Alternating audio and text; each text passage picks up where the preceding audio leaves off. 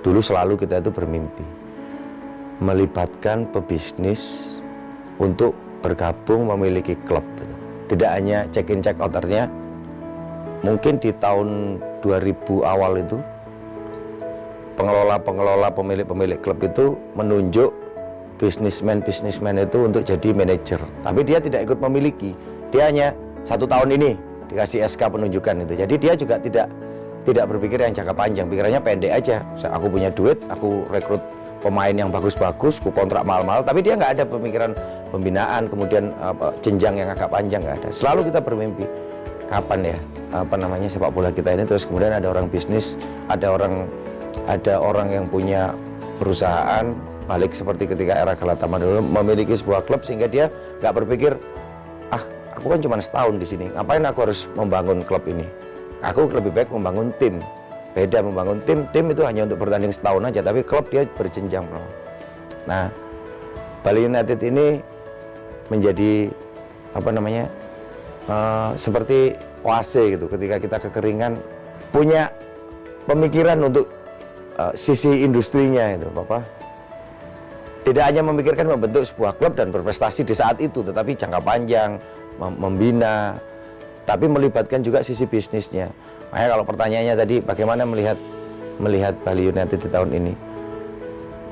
Rekrutmen yang paling menjadi di luar dugaan buat kami ketika mendatangkan Irfan Bakdim dengan nominal yang menurut saya itu cukup mahal gitu. Tapi karena yang dihitung tidak hanya sisi teknis untuk bertanding di lapangan, tapi sisi bisnisnya juga, menjadi kita jadi belajar kan. Orang yang sudah mungkin 15-20 tahun mengelola klub menjadi ikut belajar. Mengcompare antara uang yang diterima dari tiket penonton pasti nggak cukup untuk membeli seorang pemain senilai itu. Tapi ketika membeli sebuah pemain dengan nilai yang cukup mahal, tapi dibagi mungkin 40%-nya dari sisi pemasukan tiket ketika tim bertanding, tapi 60%-nya dari sisi merchandising, itu nggak terpikir buat kita. Itu tiba-tiba membeli pemain tersebut, terus apa yang dipakai menjadi sold out, menjadi harganya mungkin ditingkatkan. Nah, itu mungkin harus kami juga belajar ketika nanti klub-klub yang lain juga harus berpikir seperti itu kalau mau selamat dari kerasnya persaingan di kompetisi. Saya itu sebenarnya berangkatnya dari supporter dulu. Saya dulu ngikutin, kebetulan saya karena tinggal di Malang, lahir di Malang, saya ngikutin Arema itu mulai dari tahun 90 sekian ya. Terus masih sekolah SMP sampai SMA. Kemudian waktu itu almarhum Mas Luki, putranya Pak Akub, pemiliknya Arema, itu ngajak saya untuk ya bantu-bantulah itu. Ketika mungkin itu sekitar tahun 97-98 lah. Ya bantu. Mungkin di era Galatama itu cuman Arema tim yang nggak punya perusahaan besar itu. Jadi, ya, sementara yang lain waktu itu di era itu ada Kramayuda 3 Berlian yang dia backgroundnya yang belakangnya perusahaan otomotif itu. Kemudian ada Warna Agung yang memang belakangnya backgroundnya itu punya perusahaan cat dan sebagainya. Yang masih bertahan sampai sekarang macam Barito dan Semen Padang, itu yang selalu backgroundnya punya perusahaan besar. Nah, karena tidak punya backing perusahaan yang besar, selalu dari tahun ke tahun selalu kesulitan finansial. Mas Luki almarhum itu mengajaklah komponen-komponen di Malang yang berbisnis gitu untuk sama-sama bantu mempertahankan Arema. Dari situ kemudian saya bergabung di Arema tahun 98 sampai tahun 2002, dan ayah saya pindah ke Kediri, saya diajak untuk mengelola Persik Kediri. 2000 dia juara divisi 3, 2001 juara divisi 2, 2002 dia juara divisi 1, 2003-nya juara divisi utama. Jadi 4 tahun tuh dia lompatannya langsung ke top level itu. Kemudian tahun 2004 karena prestasi itu saya diajak waktu itu Pak Nurdin Halid, beliau kemudian mencalonkan jadi ketua umum PSSI, kongresnya tahun 2004 dan saya ditunjuk sebagai sekretaris tim pemenangannya beliau. Alhamdulillah beliau jadi pemenang, jadi ketua umum waktu itu. Tahun itulah kemudian berubah. Awalnya saya klub, kemudian mindset saya dirubah untuk dilibatkan di di federasi di PSSI. Terus berlanjut 2007 saya balik lagi ke klub sampai 1 tahun ya, 1 tahun terakhir inilah kemudian terlibat kembali di dalam ikut memenangkan Pak Edi Rahmayadi sebagai Ketua Umum PSSI sekarang, dan ya alhamdulillah diberi amanah lah oleh para voters peserta kongres itu sebagai Wakil Ketua Umum PSSI.